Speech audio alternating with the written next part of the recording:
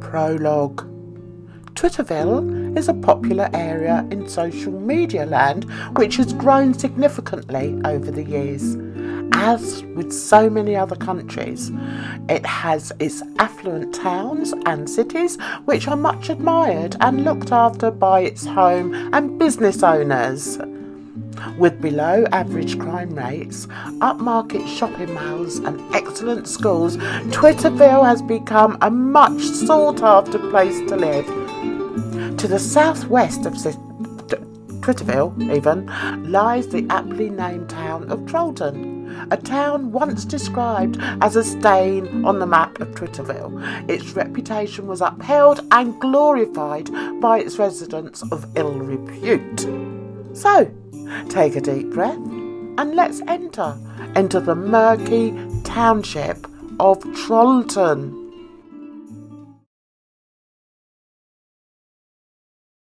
BINTY O'Flex believed herself to be a woman of the world.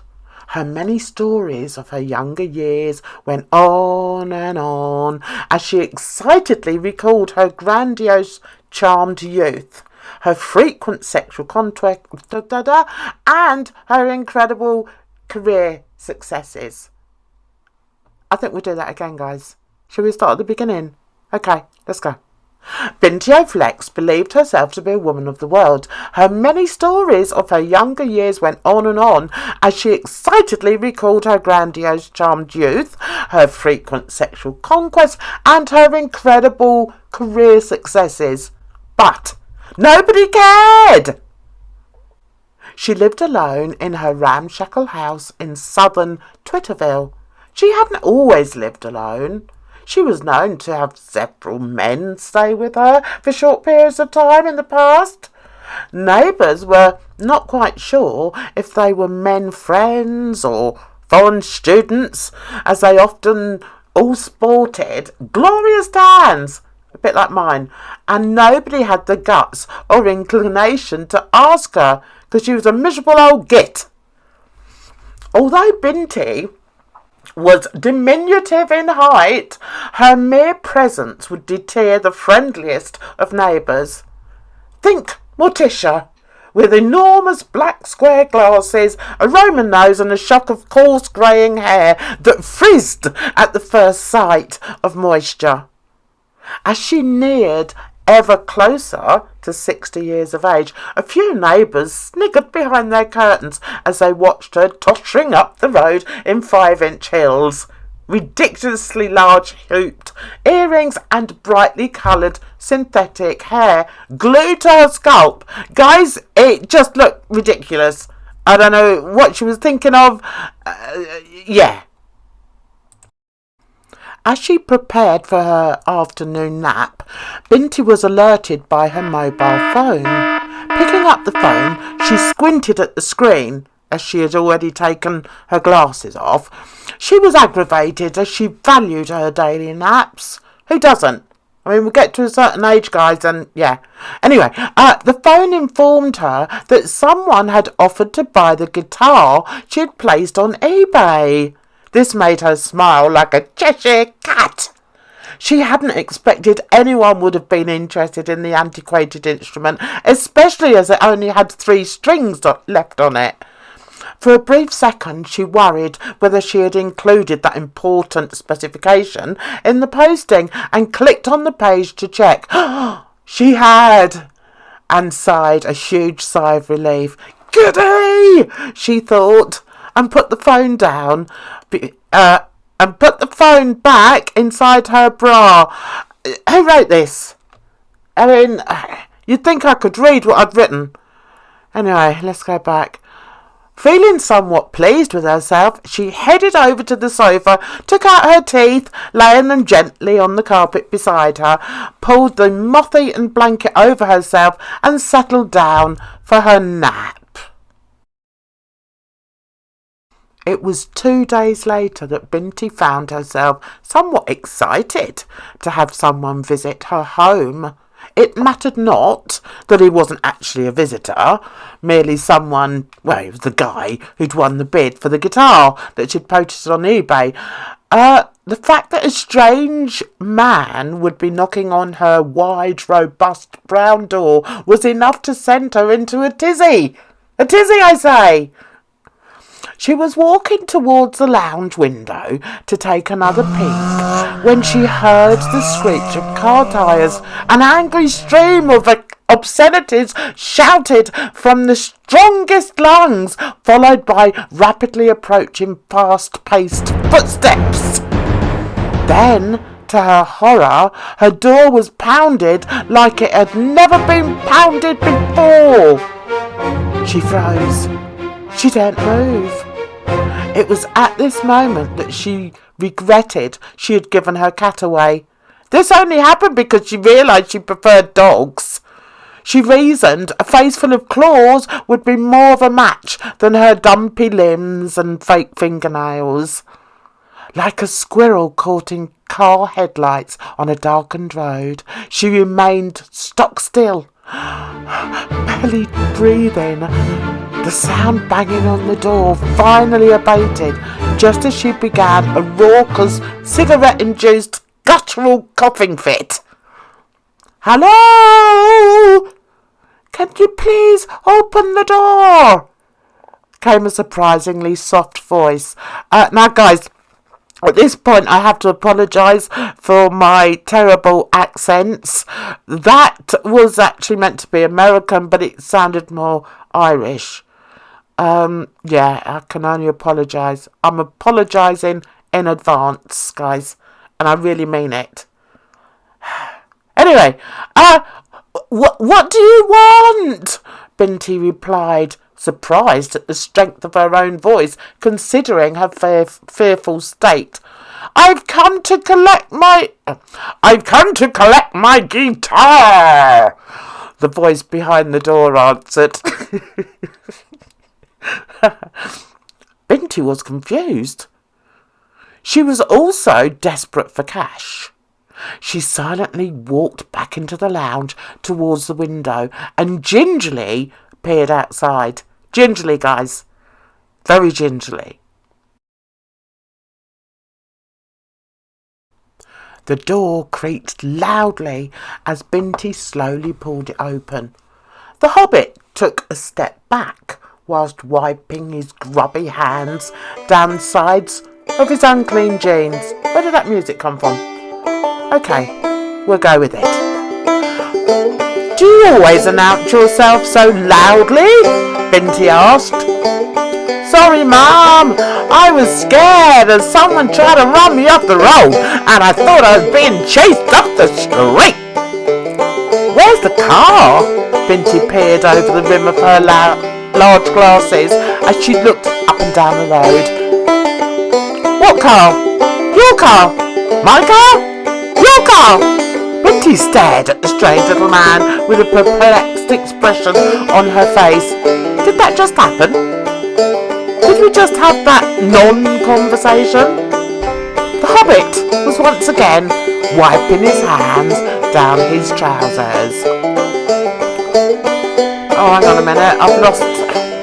Hang on, okay. Yeah, as he I don't know about you, but this music's getting on my nerves. Hang on a minute, guys. Sorry about that, guys. I couldn't. It was like being on a runaway train. I just couldn't read with that music. So, anyway, he's just wiped his hands down his dirty jeans again, alright? Keep up. And she's asked him where his car is. So he's like, well, ma'am, I ain't got me no car. I hitched a lift over from Charlton and the bum turned into some kind of weirdo on me. I had to get the hell out of there. I flung open the car door and dove out onto the damn road.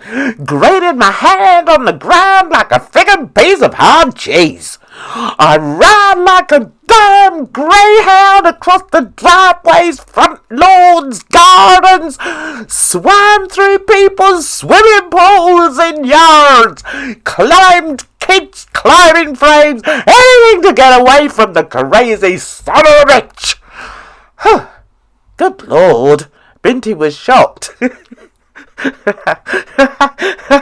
I shouldn't laugh there. Do you still want the guitar? Sure, ma'am, the Hobbit replied as he brushed wisps of bedraggled hair from his wrinkled face. As he did so, Binty noticed blood seeping from his muddy knuckles. She felt a sudden pang of sympathy for the sad little Hobbit bleeding before her. She invited him in while she went to get some wet wipes so he could clean his hands.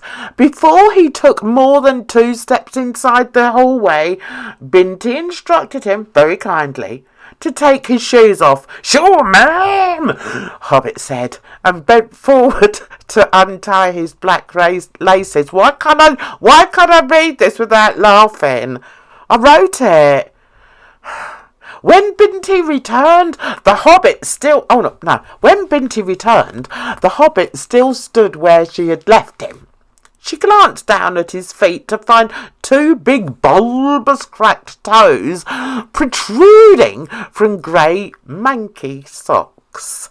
She stood close by as he wiped his bruised knuckles with the wet wipes, trying to ignore the pungent smell wafting towards her nostrils.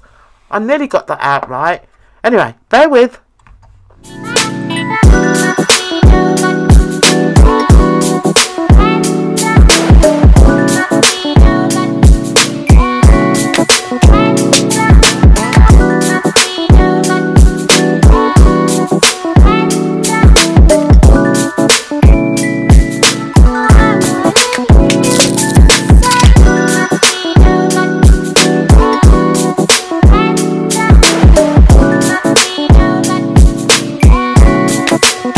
Hello there and welcome to Jan's Views.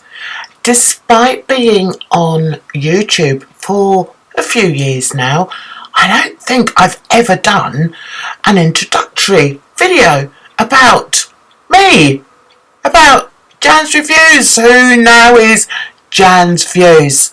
So I thought, it might be quite a good idea just to let you guys know what gets me ticking. No, it's not ticking over, is it? Anyway, so this is me, guys.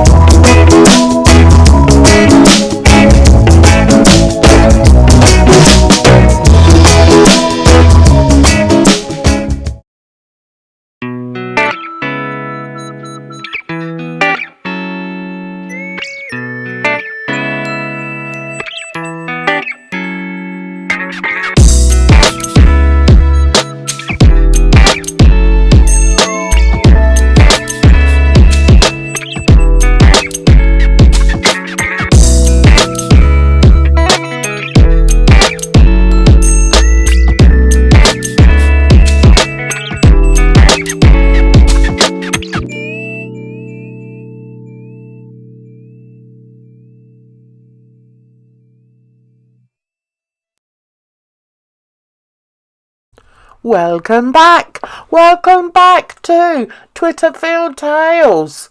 Okay, let's get on with it.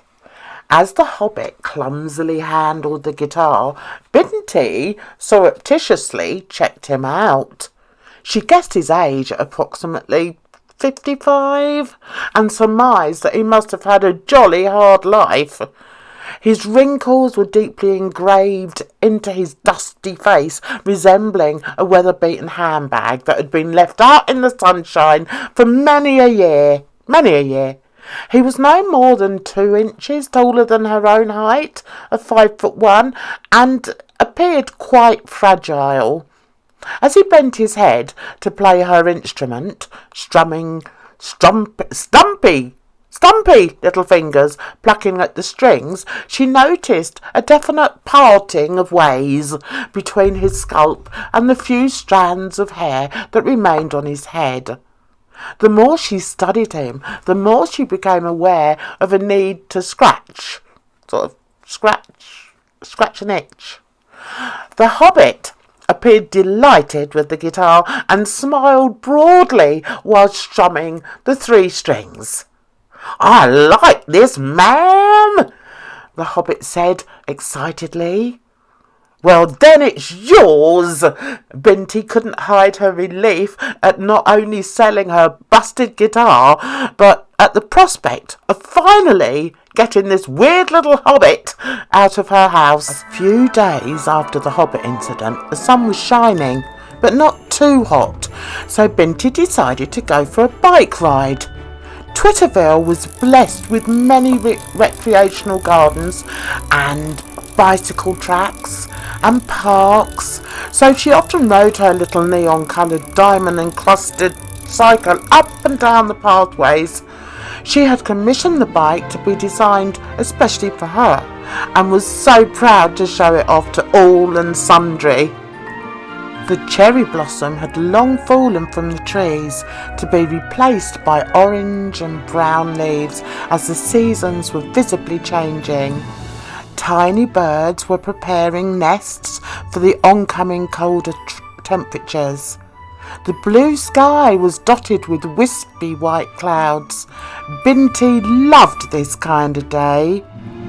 On that day, she chose to go on a longer trip. A trip she would never forget. Regent's Park was to the south of Twitterville, bordering with Trollton. She had ridden the path through the park numerous times, but there were several areas that she was yet to discover. Another reason for BINTY's joy was that she was headed to her hairstylist. Her old hair extensions had become raggedy, so she was excited to have new ones attached. As she rode through the park, she sang a little song. "I love to go a-wandering along a mountain track," she sang with full voice and bluster. She even stood up from the seat and pedalled while standing. "And as I go, I love to sing, my knapsack on my back. Valderie, Valderow, Valderie, Valderow." Suddenly, the front wheel of her bike hit a tree root sticking up from the ground, twisting the handlebars violently to the right. The momentum sent BINTY headfirst into a bush. "Ah! Ah!" she moaned, and then she moaned again. She had landed on her hands and knees. After a few seconds, she felt around for her glasses, which had hit the ground before she had. She found them and forced them back into shape before reinstating them onto her flustered face. It hadn't occurred to BINTY that the hedge she had fallen into was actually the border with Trollton. As she tried to compose herself, whilst still embedded in the bush, she could hear an unfamiliar sound. She peered through the bracken and saw a grey, rusty old caravan nestled between the trees. There were empty beer cans and bottles strewn on the grass, a picnic table, kegs of beer, standing beside the caravan, and a boiling kettle on a small makeshift log fire. There were cowboy boots by the door and a flag stuck down the chimney. But the most offensive thing was the awful noise coming from within the caravan, and worse still, a primal wail was accompanying it. BINTY was dazed and for a moment thought she was hallucinating as a result of the fall. As she stared more intently at the caravan, she realised that she recognised the inhabitant. It was the Hobbit! And worse still, he was playing the guitar she had sold him! And singing! Doing a 180, she crawled out of the bush sharpish, grabbed her bike by the twisted handlebars, straightened them, and hightailed it out of there!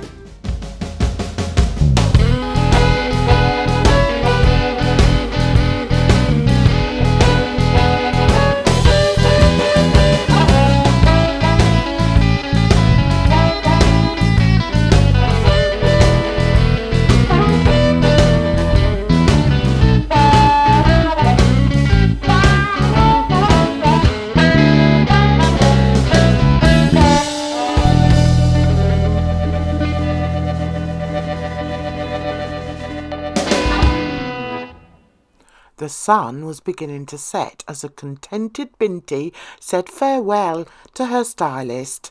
She was overjoyed with how the new extensions looked, and what's more, the colour now matched her bicycle perfectly. With a cheery wave, she set off on her journey home. The temperature had dropped a little, but it was still pleasantly warm, and BINTY figured she would easily get home before darkness fell. As she entered the park, she was reminded of the surprise discovery she had encountered a little earlier. There was something about the Hobbit that made her smile to herself. She didn't know what it was, but she was somewhat intrigued by someone whose life choices were so different to her own. She wondered about his upbringing. Did he come from a family of hobbits?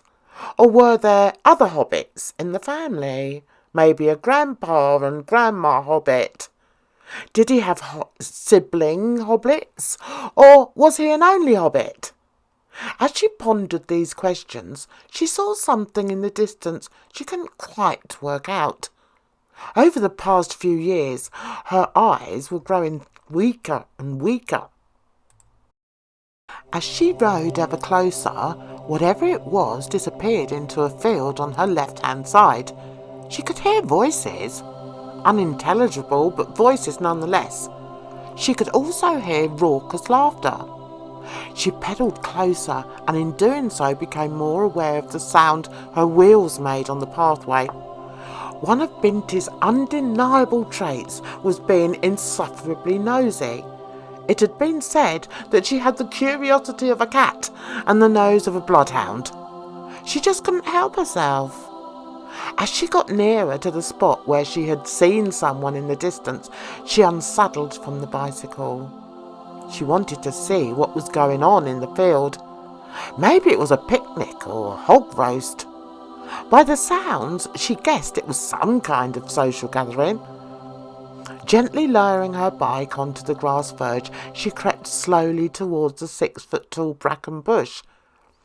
There were gaps underneath it, so she was able to squeeze inside to see what was happening in the field beyond. As she moved the last twigs and leaves to gain a better view, she recoiled in horror. No more than 20 feet away was a rifle pointed straight at her. And worse still, the Hobbit was holding it. "Out!" hollered the Hobbit. BINTY crawled forward into the field and stood up. Hello!"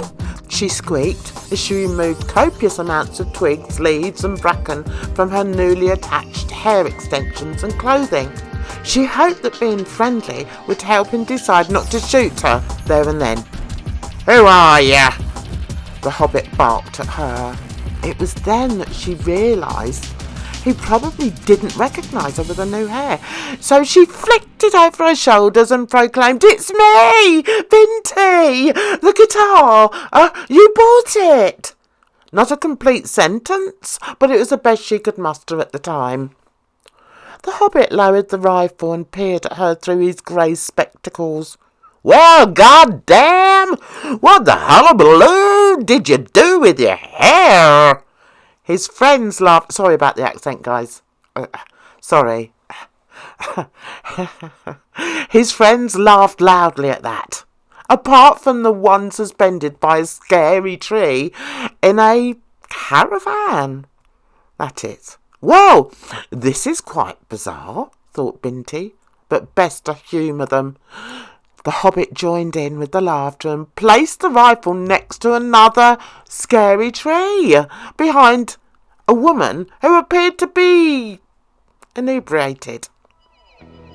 She was lying on the ground at the foot of the tree, surrounded by bottles of beer and dog ends. "Come have a drink." "A beer," offered the Hobbit. "Oh, no, I can't," replied BINTY. "I'm driving." "Oh, go on," urged the Hobbit, and promptly grabbed a bottle from the hussy tree. Before she could refuse again, he had ripped the bottle top off with his teeth and handed it over to her. "I guess it would be rude not to," answered BINTY, lifting the bottle to her lips to lick the seeping froth. She stood there, not really knowing what to do with herself. Should she sit on the ground? Just stand there, making pointless conversation? What? She took another swig of the beer, trying to ignore the elephant in the room, so to speak. Do you come here often?" she heard herself ask. "Only on a Friday," replied the prostrate woman. She also had a very bad American accent. BINTY was hesitant to respond with the fact that that day was a Wednesday. What would be the point? She glanced up again at the elephant in the room as it swung precariously high off the ground. As she did, a window was opened and a cat was thrown from it. It screeched as it flew towards the ground, landed softly on its forepaws, and then ran, hell for leather, away into the distance. Everyone laughed, except BINTY.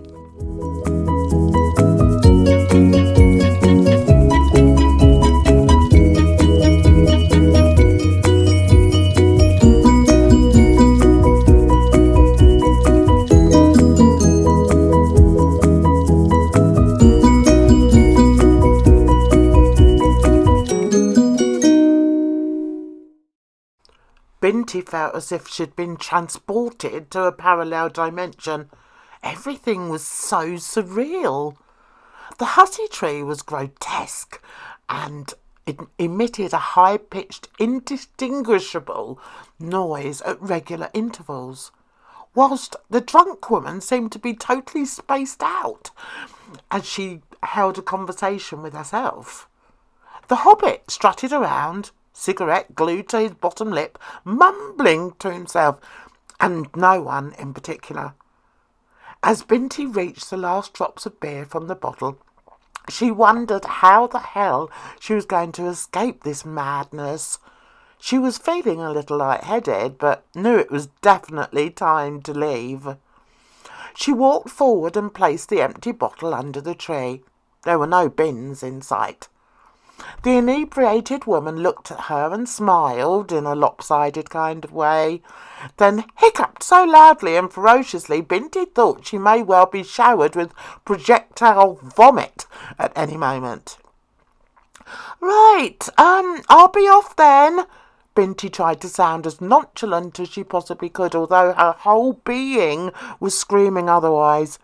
"Hey, Bint! You heading off already?"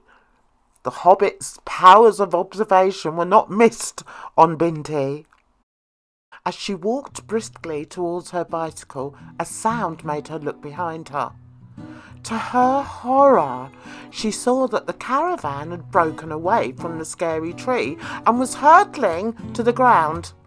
The three drunks looked on in horror. The caravan landed on its roof, bounced twice, and then rolled away into a clump of grass. "Peace! Peace! Inshallah!" could be heard as it settled into the undergrowth. "Nothing to see here," thought Binty, as she jumped astride her bicycle and sped away in the direction of home.